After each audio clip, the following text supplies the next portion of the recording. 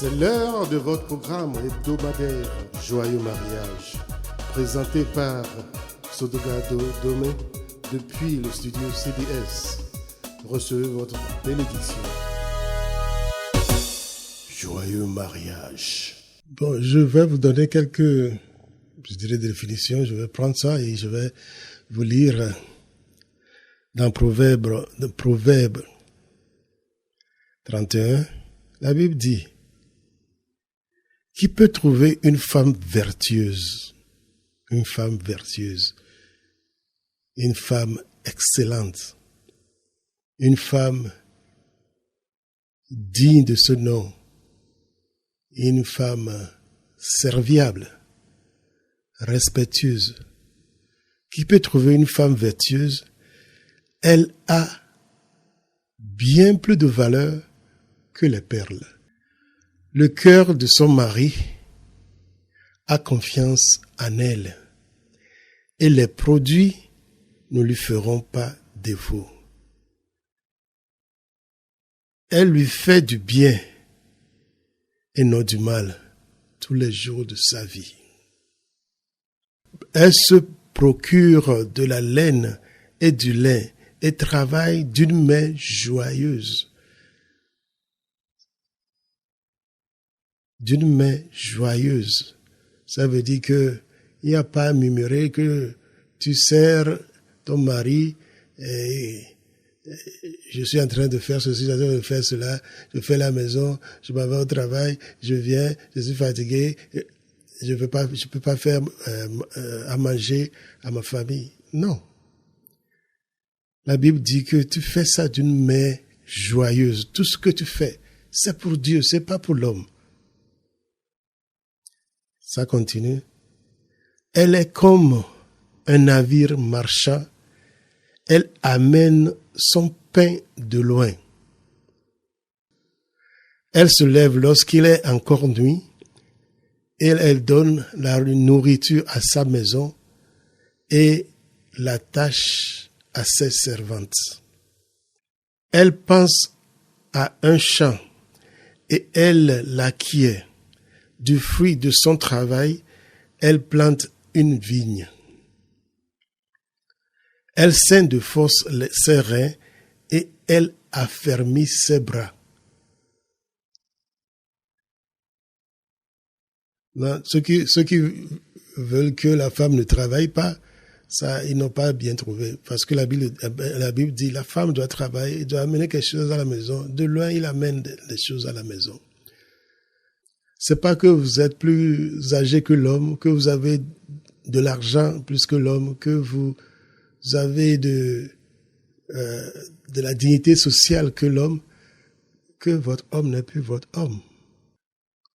N'importe le niveau de votre mari, vous vous abaissez, vous l'obéissez et vous le respectez. Sinon, vous devenez rebelle. Parce que il n'y aura pas de bénédiction dans cette maison. Il n'y aura que de la pagaille. La femme va faire ce qu'elle veut. Elle va s'habiller comme elle veut. Ben, elle fera tout ce qu'elle veut, quoi. Mais c'est pas dans l'ordre des choses. Normalement, c'est l'homme qui doit dire à la femme ce qu'elle devait faire. Comment elle devait s'habiller. Parce que elle fait tout ça pour l'homme, pour Dieu. Donc, quand tu fais tout ça pour l'homme, c'est l'homme qui doit dire si ça va ou ça ne va pas. Elle ne craint pas la neige pour sa maison, car toute sa maison est vêtue de cramoisi. Elle se fait des couvertures. Elle a des vêtements de fin lin et de pourpre. Son mari est considéré aux portes lorsqu'il siège avec les anciens du pays. Son mari est considéré aux portes. Ça veut dire que n'importe quel moment que ton mari entre dans la maison, il y a de la joie. Tu considères ton mari, tu lui dis bien arrivé, tu es déjà, c'est pas que tu es débraillé et la personne ne peut ne peut avoir de la joie en te voyant. Tu t'es bien habillé, tu t'es bien maquillé si vous voulez, et peut-être que la table est prête, et vous l'accueillez avec amour, avec respect, avec dignité, et vous l'accueillez dans la maison. Automatiquement, cette personne ne sera pas aigrie contre toi. Au contraire, il va t'aimer plus. C'est pourquoi je dis, respecte l'homme et il t'aimera. Elle est revêtue de force et de gloire. Elle se rit de l'avenir. Elle ouvre la bouche avec sagesse et des instructions aimables sur sa langue.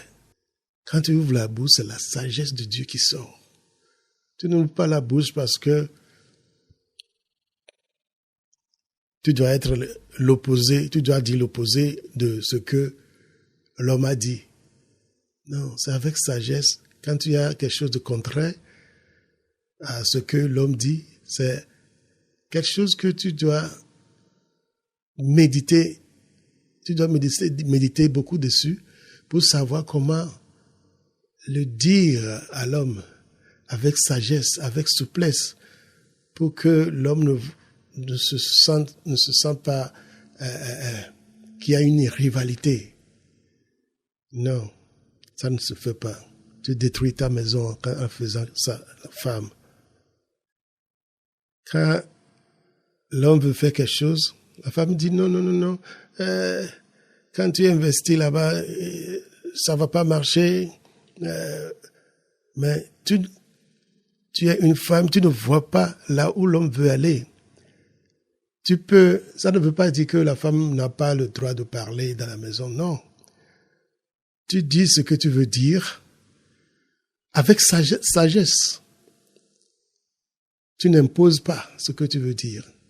Parce que ton mari, c'est ta tête. Ton mari, c'est ton boss. C'est ton maître. Les femmes appelaient nos mamans, appelaient nos papas, my Lord, mon Seigneur. Mon Seigneur. Et maintenant, est-ce qu'une femme peut t'appeler mon Seigneur? Même appeler mon mari, c'est difficile pour elle. On t'appelle bébé. Parce que on est partenaire, on est égaux. Donc on va t'appeler bébé. Mon bébé, mon bébé. Donc la Bible dit, elle veille sur ce qui se passe dans la maison et elle ne mange pas le pain de paresse. La femme ne doit jamais être paresseuse. Laisser sa maison en bric-à-brac comme elle peut, faire comme elle peut. Non. C'est ici qu'on dit que la femme ne doit pas manger du pain de la paresse.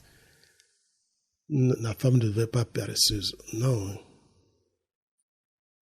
Ses filles se lèvent et lui disent heureuse. Son mari se lève et lui donne des louanges. Quand tu es comme ça, voilà la maison. Quand ton mari te donne chaque jour des louanges, quand ton mari te donne, quand tes enfants te disent bienheureuse, ça veut dire que tu remplis ton boulot. Quand vous êtes maintenant, là où vous êtes maintenant, il faut vous mesurer par rapport à ce qu'on dit. S'il y a des bagarres dans la maison, il faut voir ces versets-là. Est-ce que ton mari te dit des louanges? Ou bien chaque fois on t'insulte? Tes enfants te disent que tu es bien heureuse? Ou bien ils voient une femme à côté de leur papa? La Bible dit que plusieurs filles ont une conduite vertueuse, mais toi, la femme, tu les surpasses toutes. Donc, c'est là où tu dois aller, c'est là où sera ta vision, c'est là où serait ta force, là où tu puiseras ta force. Parce que il faut avoir en tête que tout ce que tu fais à l'homme, c'est à Dieu que tu le fais. Tout ce que tu prévois faire, tout mot sale qui sort de ta bouche, c'est envers Dieu, c'est pas envers l'homme, c'est envers Dieu. Donc, prenez garde, parce que chacun doit répondre de ce qu'il a fait, chacun doit répondre de ce qu'il a dit sur la terre, quand le moment viendra. Donc, tu ne vas pas dire que parce que c'est mon mari qui a fait ceci, c'est pourquoi j'ai dit ceci. Non. C'est pas ton mari qui est en jeu. C'est Dieu qui est en jeu quand tu fais quelque chose pour ton mari. C'est Dieu que tu dois voir. Tu ne dois pas voir le mari. À chaque fois, quand tu vois ton mari, tu vois Dieu en tant que chrétien. La grâce est trompeuse et la beauté est vaine. La femme qui craint l'Éternel est celle qui sera louée. Voilà ce que je dis. Récompensez-la du fruit de son travail et qu'au porte ses œuvres la loue. Donc c'est là que on parle à l'homme, on dit récompensez-la du fruit de son travail. Donc là, l'amour, comme elle a fait tout cela, l'amour de l'homme vient maintenant pour la louer, pour la glorifier, pour l'élever. C'est important ce qu'on a dit aujourd'hui, parce que la femme ne sait pas que le foyer repose sur elle. C'est elle qui devait affermir la maison, c'est elle qui devait donner la joie à la maison, donner de quoi nourrir, servir l'homme et les enfants, et puis ne pas céder à ce que les gens vont dire tout autour. On va arrêter ici pour la prochaine fois. Soyez à l'écoute, soyez à la visualisation et que le Seigneur nous protège tous. Gloire à Dieu.